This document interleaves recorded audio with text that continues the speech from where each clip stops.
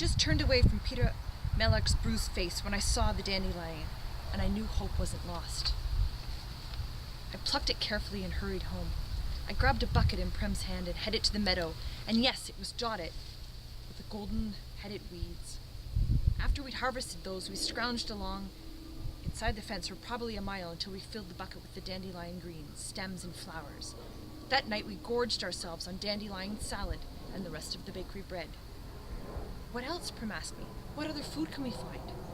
All kinds of things, I promised her. I just have to remember them. My mother had a book she'd brought with her from the apothecary shop. The pages were made of old parchment and covered in ink drawings of plants. Neat handwritten blocks told their names, where to gather them, when they came in bloom, their medical uses. But my father added other entries to the book. Plants for eating, not healing, dandelions, pokeweed, wild onions, pines. Prim and I spent the rest of the night poring over those pages. The next day, we were off school. For a while, I hung around the edges of the meadow, but finally I worked up the courage to go under the fence. It was the first time I'd been there alone without my father's weapons to protect me. But I retrieved the small bow and arrows he'd made me from a hollow tree. I probably didn't go more than 20 yards into the woods that day. Most of the time I perched up on the branches of an old oak, hoping for game to come by. After several hours, I had the good luck to kill a rabbit. I'd shot a few rabbits before with my father's guidance, but this I'd done on my own. We hadn't had meat in months. The sight of the rabbit seemed to stir something in my mother. She roused herself, skinning the carcass, and made a stew with the meat and some more greens Prim had gathered. Then she acted confused and went back to bed. But when the stew was done, we made her eat a bowl. The woods became our savior, and each day I went a bit farther into its arms. It was slow going at first, but I was determined to feed us.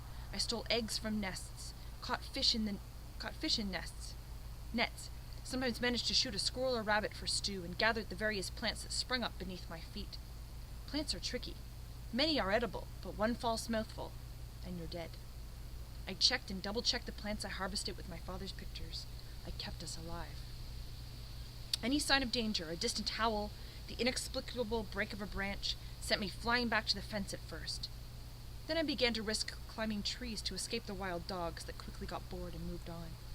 Bears and cats lived deeper in, perhaps disliking the sooty reek of our district. On May 8th, I went to the Justice Building, signed up for my tesserae, and pulled home my first batch of grain and oil in Prim's toy wagon. On the 8th of every month, I was entitled to do the same. I couldn't stop hunting and gathering, of course. The grain was not enough to live on, and there were other things to buy, soap and milk and thread. What we didn't absolutely have to eat, I began to trade at the Hob. It was frightening to enter that place without my father at my side, but people had respected him, and they accepted me. Game was game, after all, no matter who'd shot it. I also sold at the back doors of the wealthier clients in town, trying to remember what my father had told me, and learning a few new tricks as well. The butcher would buy my rabbits, but not squirrels. The baker enjoyed squirrel, but would only trade for one if his wife wasn't around. The head peacekeeper loved wild turkey. The mayor had a passion for strawberries. In late summer, I was washing up in a pond when I noticed the plants growing around me. Tall with leaves like arrowheads, blossoms with 3 white petals. I knelt down in the water, my fingers digging into the soft mud, and I pulled up handfuls of the roots. Small bluish tubers that don't look much, but boiled or baked are as good as any potato. Katniss, I said aloud. It's the plant I was named for, and I heard my father's voice joking. As long as you can find yourself, you'll never starve. I spent hours stirring up the pond bed with my toes and a stick, gathering the tubers that floated to the top. And that night we feasted on fish and Katniss roots, until we were all, for the first time in months, full. Slowly, my mother returned to us. She began to clean and cook and preserve some of the food I brought in for winter. People traded us or paid money for her medical remedies. One day, I heard her singing. Prim was thrilled to have her back, but I kept watching, waiting for her to disappear on us again. I didn't trust her, and some small gnarled place inside me hated her for her weakness, for her neglect, for the months she had put us through.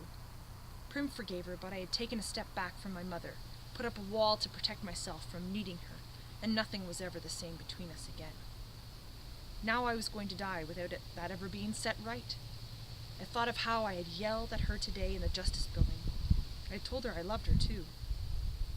Though, so maybe it would all balance out. For a while, I stand staring out the train window, wishing I could open it again, but unsure of what would happen at such high speed. In the distance, I see the lights of another district. 7, 10, I don't know. I think about the people in their houses settling in for bed. I imagine my home with its shutters drawn tight.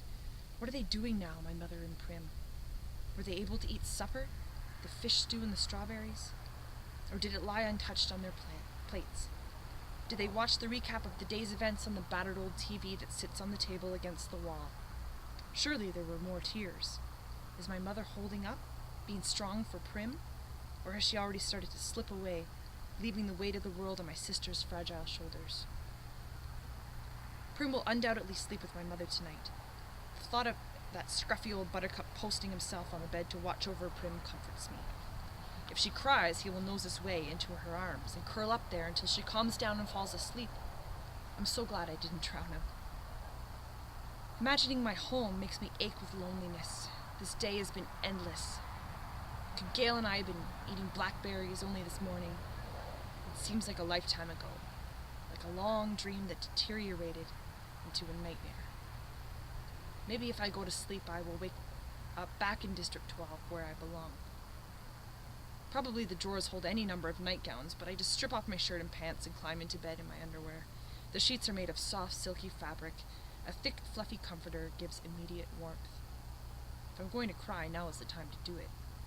By morning, I'll be able to wash the damage done by the tears from my face. But no tears come. I'm too tired, too numb to cry. The only thing I feel is a desire to be somewhere else. So I let the train rock me into oblivion.